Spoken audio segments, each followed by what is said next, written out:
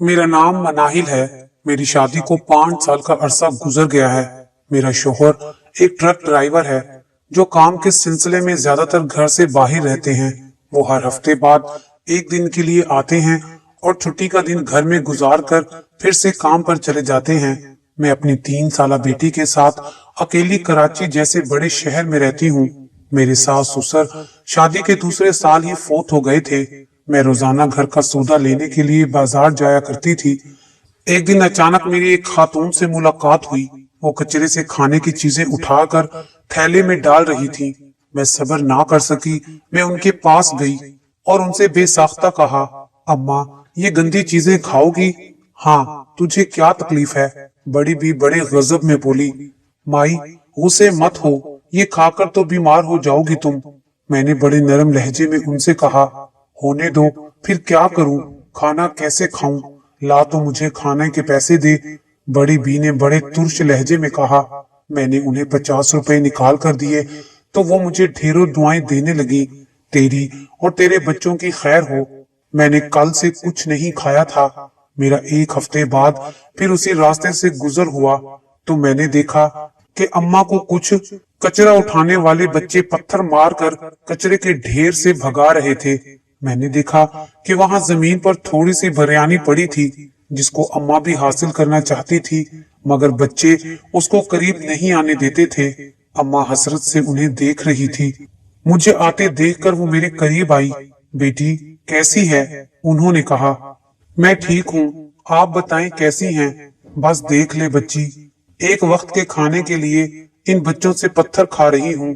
ये भी अपनी भूख मिटाने के लिए ये सब करते हैं। उनके उस जुमले में बहुत दर्द था।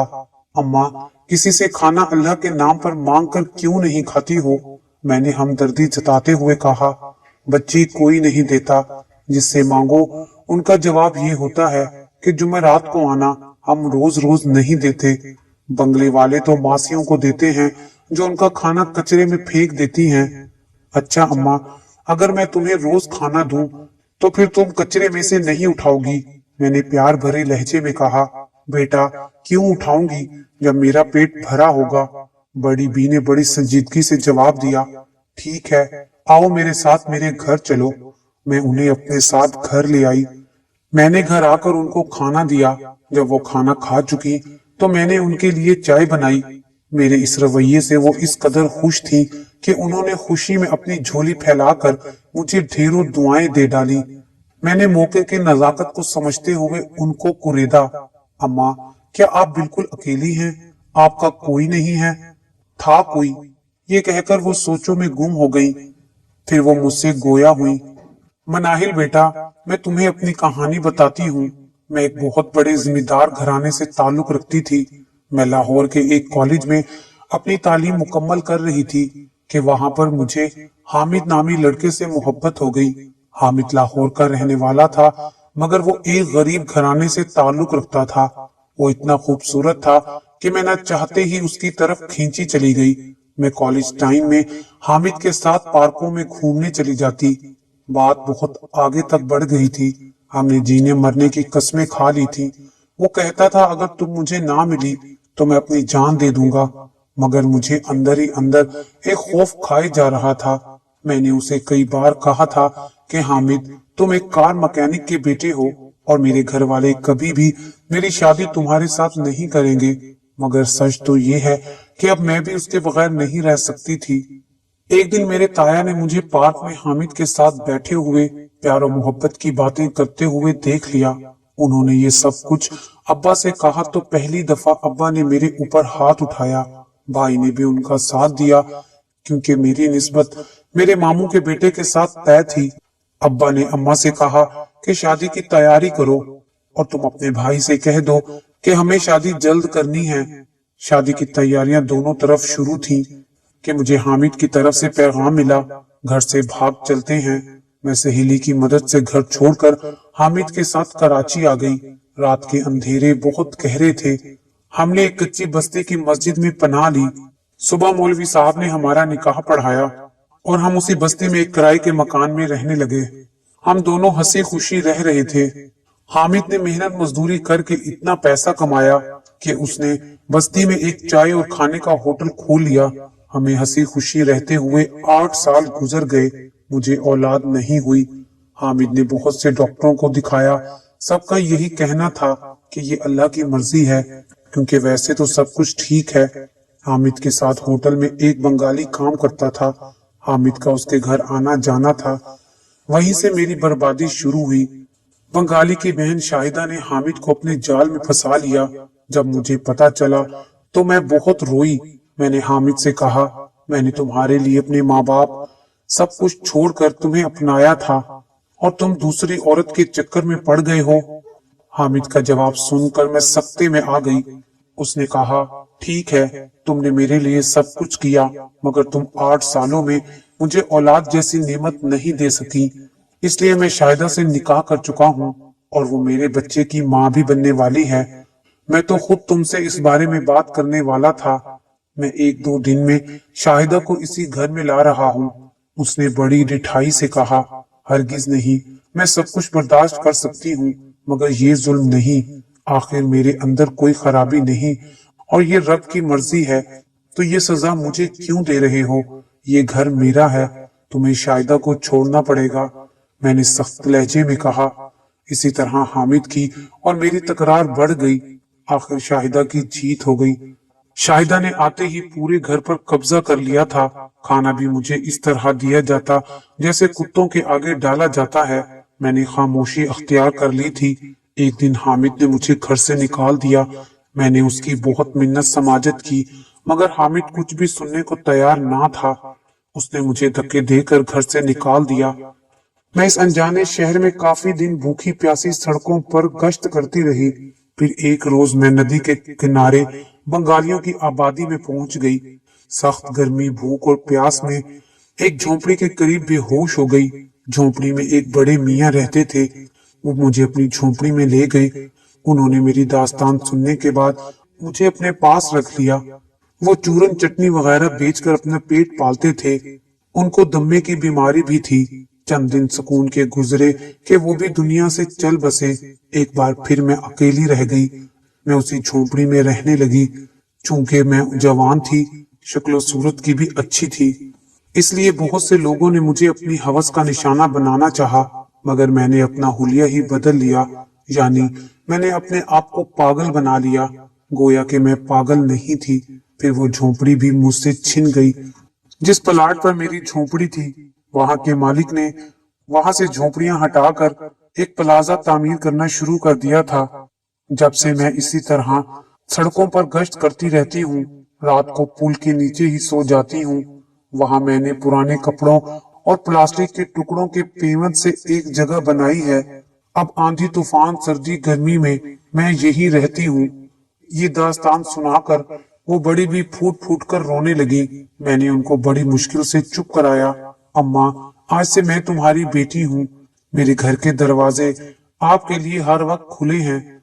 इस तरह वो जब भी उनका दिल चाहता मेरे पास आ जाती। मैंने उनको चंद कपड़ों के जोड़े दिए और कहा, आप नहा धोकर साफ सुथरी हो जाएं। यकीन मानिए, वो साफ सुथरी होकर एक अलग ही चीज नजर आने लगी। वो हर जुमे को सुबह से मेरे घर आ जाती, नहा धोकर नमाज पढ़ती और रमजान में पूरे रोजे रखती। वो जब भी नमाज पढ़ती, नमाज पढ़ने के बाद मेरा माथा चूमती और मुझे ढेरों दुआएं देती, और उन दुआओं के साथ ये दुआ जरूर देती कि मेरे मरने के बाद अल्लाह ताला तुम्हें माला माल कर देगा। और मैं ये सोचकर परेशान हो जाती कि आखिर इनके मरने के बाद ही क्यों। मैं जब भी उनसे इस बारे में पूछती कि आप मुझे ये दुआ क्यों देती हैं, तो वो खामोश हो जाती और कहती, बस। उनका ये रूप देखकर मैंने उन्हें अपने घर रहने का कहा, तो वो बोली, नहीं बेटा, 20 साल से फुटपाथ पर सोने की आदत पड़ गई है। एक दिन बड़े भी मेरे घर आई तो उनके हाथ में एक गठड़ी थी और उन्होंने वो मुझे देते हुए कहा कि ये मेरी अमानत है, तुम इसे संभाल कर रख लो। मैंने वो गठड़ी लेकर रख दी। वक्त गुजरता गया। वो मेरे घर दोपहर में आ जाती, काम में मेरा हाथ बटाती। अगर मैं बीमार हो जाती तो मेरा हर तरह साथ देती। मैं भी उनकी आदी हो गई थी। वो अगर किसी दिन ना आती तो मुझे अजीब सा महसूस होता। वो हर गम खुशी में मेरा साथ देती। मैं भी उनको अपनी माँ की तरह समझती।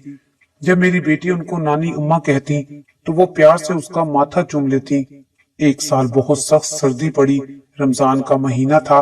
वो सहरी में आ जाती। मैंने बहुत कहा, इतनी सर्दी है, आप अपनी सहरी का सामान ले जाया करें, सिर्फ चाय की जरूरत होती है। मगर वो ना मानी। वो बोली, नहीं, तेरे साथ सहरी करने का मजा ही अलग है।